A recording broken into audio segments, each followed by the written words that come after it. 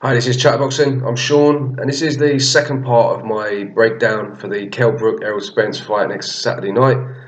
I'm going to focus on the styles of the two of them in this video, kind of how they compare to each other, and yeah, talk about that really.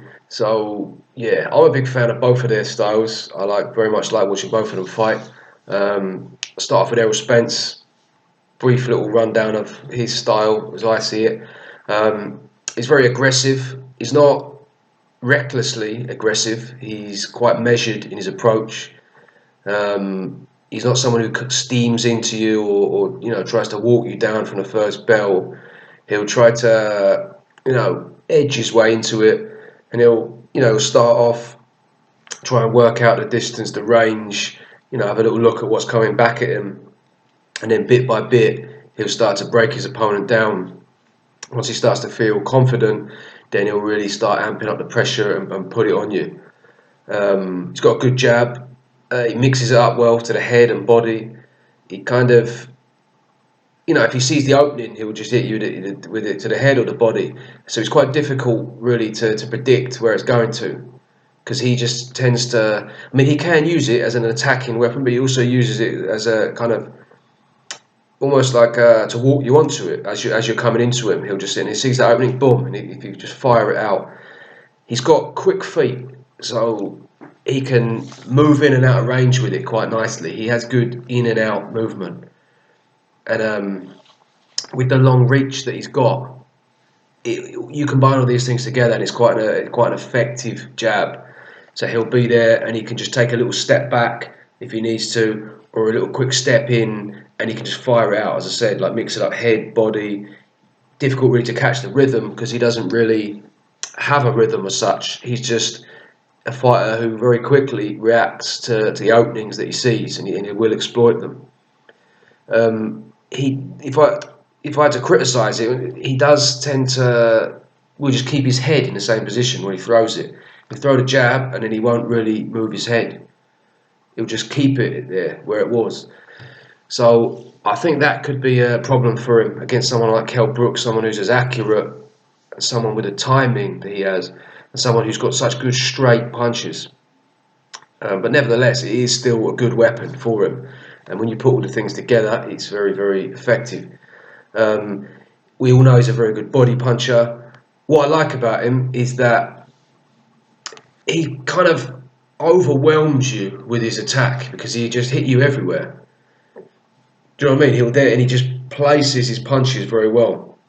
So he'll get you like head shot, body shot, hit you on the left, hit you on the right, step round, nice little pivot away, get you there. Then he'll get you on the other side of the head, under the kidney. He'll just get you everywhere, and he'll really dig them in. When he sees an opening, he'll just take it.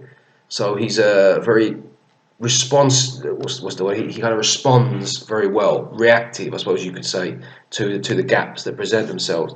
And because of his offensive style, and because he obviously hits you very hard, these gaps do present themselves quite often. Kell Brook he's similar in a way. He doesn't obviously go to the body as much, but he breaks you down and he'll start to bit by bit just kind of systematically just take you out. Like he's got a very good jab. He's got really good reflexes, Kell Brook. So he controls the range very well. They both control the range very well. Kell Brook controls it more subtly. Errol Spence he's got quite a wide stance to me, and he's got one thing I would say he's got very good balance. So that kind of suits his style, where he keeps his balance and he kind of just comes basically in and out quite well, keeping himself quite well protected. It's kind of a bit more predictable, but it is very effective. At least it has been so far. Kell Brook is someone who, to me, has very quick reflexes, a bit better than Spence. And he can stand there. People say he kind of leans back sometimes, and this can be a problem if he's getting hit and he's being pushed back and he leans back. That can be a problem. But when he does it, kind of while he's there and he's not being pushed back and he's kind of offensively almost, then it works very well. He can just sort of lean back, get you with a good like pull counter, and he gets you with a very quick counter jab as well. And against someone like Errol Spence, the southpaw, I can see him landing that quite well. Like he can just be there, just lean back, boom, and when you hit him, he can just, you don't really realise that he's there, and he does that very well. He did that very well against Golovkin. Golovkin's obviously was used to fighting people a bit bigger. He was probably a bit overwhelmed, not overwhelmed, but a bit. Well, the speed of Kell Brook was probably a bit too much for him earlier on in these kind of exchanges. But that's something that he does very well, Kell Brook. He's got very good angles, very good footwork, and he can just very subtly just kind of change it slightly. He'll hit you from somewhere else. You don't really know where he is.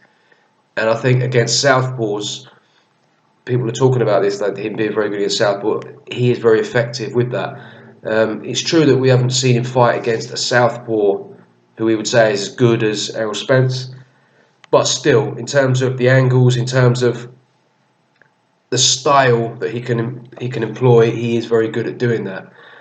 He's got good combinations, Kell Brook. He doesn't use them that much. Like quite often, he likes his little 1-2s, hit you with an uppercut or a hook, and then he'll kind of move off to the side. But he does have good combinations when he wants to let him go. You saw that against Golovkin. He hit him with some really nice combinations. And against somebody like Errol Spence, who's going to be very aggressive, and who doesn't really move the head very well. And I think with that crowd and with the occasion, I've got a feeling he's going to land quite a few of them. Errol Spence has been able so far to really impose himself physically on his opponents. You know, he's been fighting people who, I mean, as far as I'm aware, he hasn't fought anyone really who's a big puncher. Certainly no one that I'm aware of, or no one is particularly physically strong. So he's looked very good in terms of what he does. His opponents have basically been tailor-made for him. So that's not to take anything away from him, because I do think he's very good. But I think what has been successful for him so far, he's going to have to do something different in this fight. I mean, he might be able to do it at times. I mean, if he can do, like to Kell Brook, what he's been doing to his opponents, I will be very, very impressed. I can't see it myself. I don't see him being able to just bully Kell Brook physically the way he has with his opponents. And also, I see him as quite cautious generally. He comes in. He's not someone who just comes in and just recklessly goes for you. And this is against people who, you know, people who've got no punching power. So once you fight someone like Kell Brook who hits hard, people are going to say he doesn't really hit that hard. Well, I think he does. I'm not saying he's a massive puncher, but I certainly do think he's a pretty big puncher. Now, Errol Spence has a higher knockout percentage, a little bit, but I think they're kind of similar. I think, first of all, Errol Spence started his professional career like a lot older than Kell Brook. Kell Brook was like 17 when he started. He was really young and a lot smaller. Errol Spence was, a much more accomplished amateur. He had, a much better pedigree at that point, and he was like 22, so he's like physically bigger and stronger. He's also had less fights, which I think probably has something to do with it. But possibly, most importantly, or at least as importantly, he really plants his feet, Errol Spence. I mean, he fights a bit flat-footed. That's his style. He is a power puncher. So when you see him like fighting people like Algieri and Bundu and these kind of fighters, he really does. I mean, he's got very good technique. You got to say, like when he digs those punches in, he looks good. He really gets all his weight into it. He's a real. I mean, if you're sort of studying boxing and you're trying to, improve your own, he's definitely a good one to watch. I mean, his technique is brilliant. But I think he's able to do that. If you're a punch bag, you can do that, can't you? You can sit on a heavy bag, you can really dig him in, and you can look amazing. Probably couldn't look as amazing as he does, but you look good. Once you fight a live opponent who's like swinging big punches back at you, who's not just standing in front of you, who can push you back a little bit, or who can slip, who can use angles, then it's slightly different. So I think his style is obviously more a power puncher. Every punch he throws, he really puts his hips into it and he really tries to dig him in. So Kell Brook, he's able to hit you very hard, but he's a bit more elusive. He moves a bit more. When he does plant his feet and let him go, he can punch hard as well. So I think Errol Spence is going to be a lot more cautious. I think he's he's going to get hit quite a lot, because I think the way he, especially when he comes in with that jab, just keeps his head in the same position. I think he's going to get hit with some punches, hard punches, and I think he's going to be a bit more wary about coming in. I think when he does come in as well, I don't think he's going to be able to just kind of bully Kell Brook back to the ropes like he can with a lot of his opponents. Now, Kell Brook, you've seen him when he fought Sean Porter. Now, I understand that Sean Porter's a different style, but still, before that fight, he'd fought a couple of Paulie Malignaggi, Devon Alexander, similar kind of opponents to who Errol Spence has been bulldozing through, and that's what Sean Porter was doing. He fought Kell Brook, he tried to do the same thing, and he was like running into a brick wall. Now, he's very physically strong. Now, Errol Spence doesn't just steam in like Sean Porter does. He doesn't smother his own work. He's a lot better at working his way in. He's got much better little angles. He'll change it up slightly and give himself a bit of space to land his good punches, and he'll mix them up. That's true. But he's also a bit more, when he does come in, as I said before, he doesn't move his head. Sean Porter, he's got very good head movement. Coming in, he'd be like, ducking. I suppose that's kind of why people called him like the mini Mike Tyson at that point, because he really was, coming in, ducking under. And it's a difficult target to hit, especially the pace that he comes in, and he's a bit shorter. But Kell Brook was able to time him all night long. So he would do that, and he'd basically just come in. He'd either get hit hard or he'd just run into a brick wall.